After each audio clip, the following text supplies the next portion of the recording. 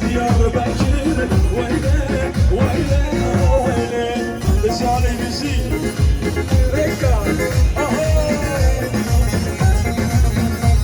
Bizi zaman bizi. Yeni alkışlar gene balımız kardeşimiz için gelsin. Çarşıya başımızın zaten gelin bir bana. Kameradan geçer. Hep beraber, hep beraber. Hadi. Evet değerli dostlar, bu şarkıyı hep beraber söyleyelim. Hep beraber, hep beraber. Hadi.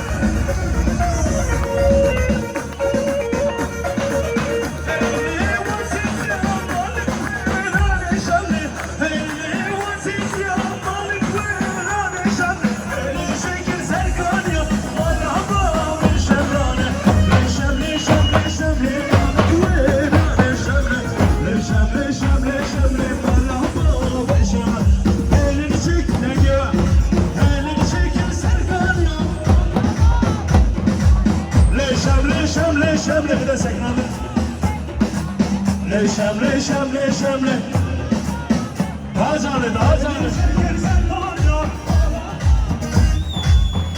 Şemle, şemle, şemle.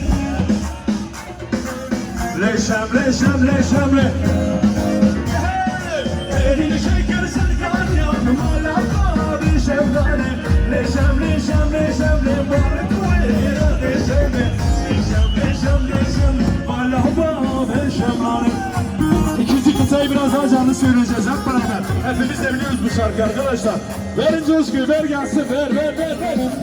Hadi, soğutma. Hadi İsmail.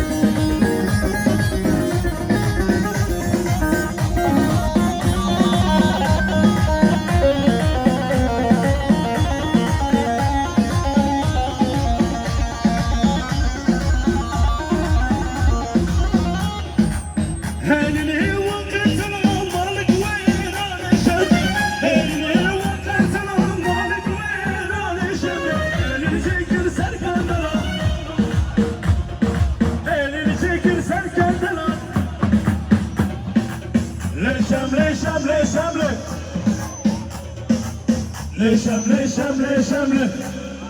Maden gibi bana. Elini çekirsen kan ya. Şemle, şemle, şemle. Şemle, şemle, şemle. Haydi.